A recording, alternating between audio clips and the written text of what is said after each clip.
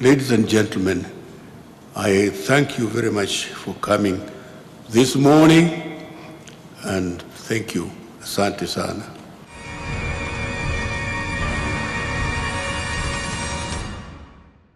They follow a detailed, strict code of security. They are a ring around the president at any given time. Some of them are highly trained. Some of them are actually top, the best in the world in terms of skills and expertise. They are a highly trained elite force, schooled in boot camp, motivated by a history of protecting the country's most important assets and persons. Now it's the president being protected against any tragedy and every potential threat. Our core duty is to protect the President of Kenya by making sure wherever he goes, we are with him. These are not ordinary men who work 9 to 5. Their schedule is controlled by the president's diary. It is highly stressful work. No wonder it's assigned to the most dedicated force who have signed on to the risk of personal danger. Their work must remain anonymous and unnoticeable to the public. Their layers of protection in the name of protecting the leader of the nation must remain invincible at all times. Their name, the Recce Company.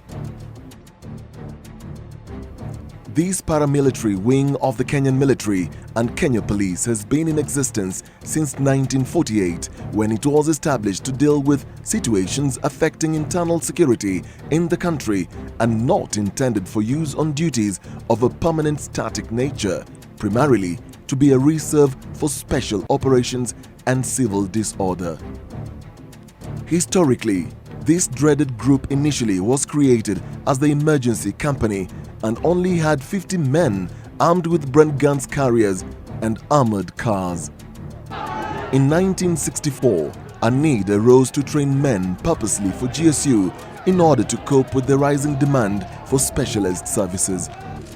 The unit has now been charged with other responsibilities, among them to provide security for the president and security to state houses and state lodges and other vital installations and strategic points. The General Service Unit is divided into 20 sub-units with a central command from the GSU Commandant.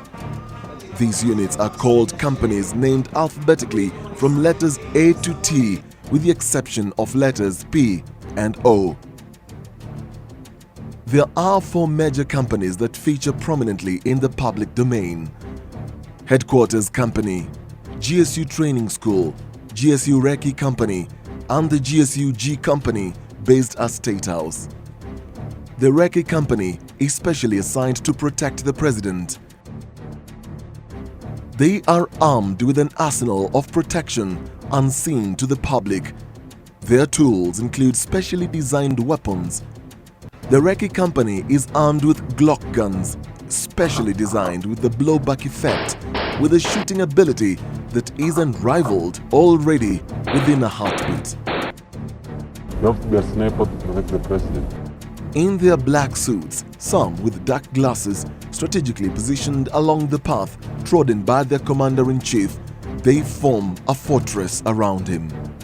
You have to be somebody who is flexible, somebody who is good also in martial arts, and somebody who can embark and disembark in a vehicle without any difficulty.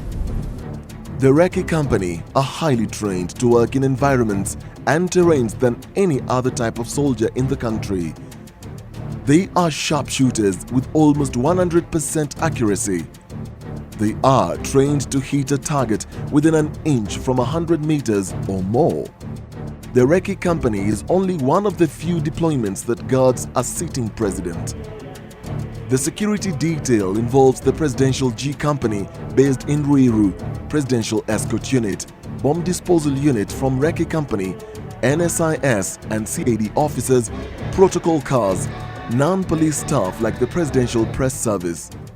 These form the over 134 men in the presidential motorcade that follows a security manual borrowed from Israel.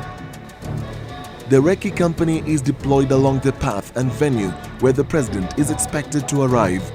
This happens hours before he leaves the State House. A debrief normally covers different security scenarios like choke points, that is, vulnerable points with potential threats for an attack against the president, and in case of an attack, who will cover the president.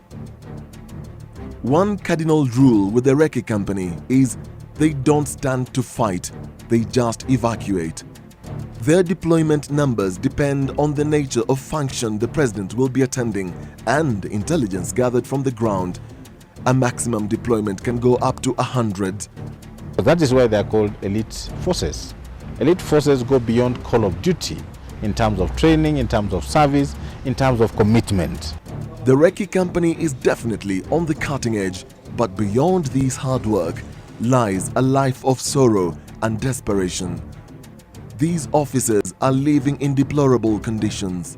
Same huko basic salary ni around 15,000. Tomorrow, find out why many are leaving their dedicated service to protect the president. For News at 8, I'm Dennis Okari.